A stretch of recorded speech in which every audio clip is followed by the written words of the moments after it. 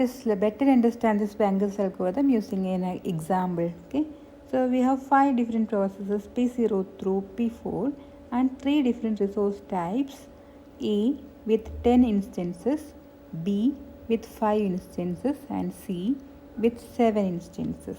And this is the snapshot of the system at time t0, that is the current allocation state of the system. Okay, so we can say that P0, the allocation vector is 0 1 0. That means 0 instance of A is allocated to P0, 1 instance of B, and 0 instance of C.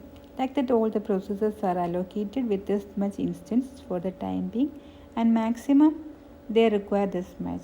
Okay, maximum need is this much.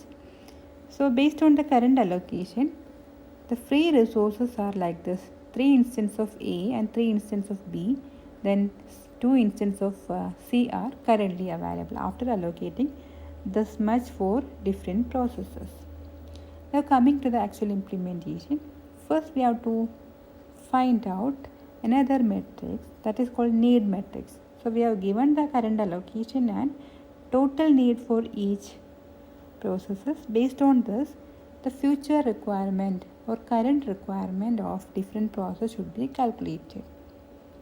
That is called need matrix. Okay, as you know, need matrix will be definitely maximum need minus current allocation.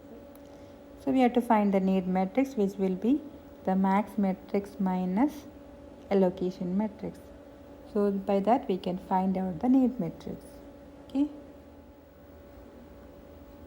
now we can arrange all these matrices together for easy computation: allocation matrix max, need matrix, and the available resources.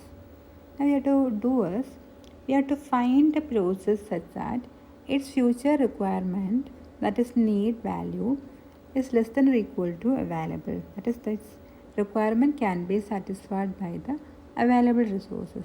So search from the first process P0, need is 743, whether it is less than or equal to 332? No. What about P1? Yeah, 122 is less than or equal to this 332, right? So we can select this process P1 for execution. So we will just assume that P1 will allotted the resources, required resources, that is 122, and it will complete its execution and release all the resources. So by pretending that P1 is executed, update all the necessary data values. So what and all will be affected? The available will be affected, right? We have to take 122 from this 332, right? Available should be updated. What about allocation? Allocation also should be updated, should be added upon with 122, and after finishing off this much, total allocation of P1 should be added upon to the current available, right? In effect, we can update in a shortcut as just adding this 200 with available after finish. So all the resources released by P1 can be now added upon to the free resources. So after executing P1, this will be the status, current allocation state of the system.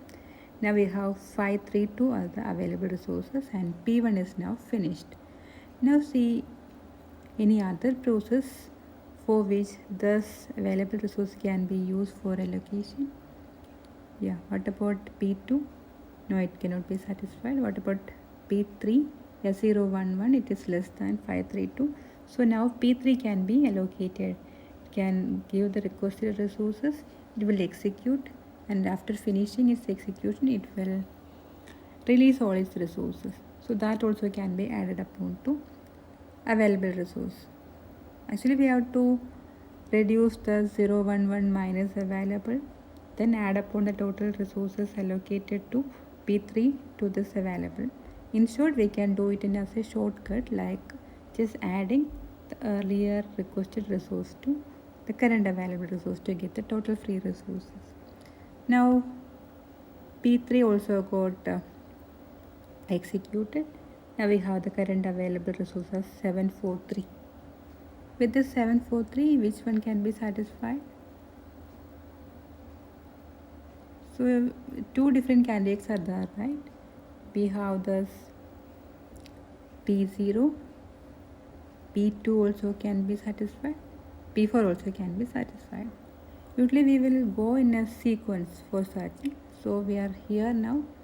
Then we can just take P4 as the next candidate, allocate it, execute it, and after that all the resources will be released.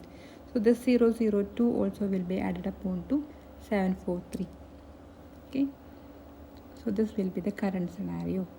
Again with 745 we can again come back from starting. 743 can be satisfied, right?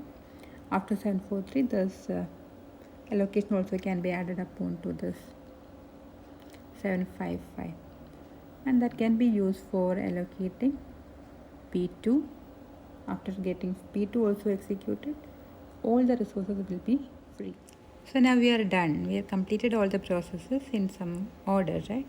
So the order in which we are able to proceed is called the safe sequence. So what's the safe sequence here? First we start with P1, then P3, then P4, then P0, then P2, I think, right? So this is the order, the safe sequence. So we can say that the current state or current resource allocation state is safe. From the state, when a new request arrives, system have to again check whether that request should be granted or not by again checking the resulting state is safe or not. Now suppose a new request arrives from P1. P1 request for resource 102. Can this request be immediately granted or not? That's the question. So you have to apply the Banger's algorithm here. You have to go through different stages of Banger's algorithm. First requirement is that the request for P1 should be less than or equal to its need, right? What's need for P1? That is 122 is less 102 is less than 122. So definitely first criteria is met. What is second criteria? The request can be met by the available resources. That is 102 is less than or equal to 332. That also met. So first two criteria are over. That is, if the resulting state is not unsafe state, this request can be granted. So third stage is we have to check whether the resulting state, that is if the request is granted, the resulting allocation state will create a deadlock or not. So we have to call upon the corresponding safety algorithm, right? Okay. So you just work out that and find out whether there is a safe sequence. Actually this is the answer. There is a safe sequence, that is P1, P3, P4, P0, P2. So this request can be immediately granted. And after granting this request, the state of the system will be like this. P1, the new request resources also will be added upon. Now the allocation for P1 is 0302, right? And available will be reduced by this requested amount, right? 230 is the current available resources. So this is the current resource allocation state. Now at this state, a new request arrives from P4. 330 is the request. Can it be immediately granted? That is the question. 330 is less than 431. First criteria met. 330 is less than or equal to 230. It is not met. That means current request cannot be met by the available resources. So definitely this process how to read. No question on that. Okay. Now suppose another request arrives at this time, that is P0 with a request for 020. Can it be granted or not? 020 is less than 743. Okay. 020 can be met with 230. Definitely that also met. What about granting immediately?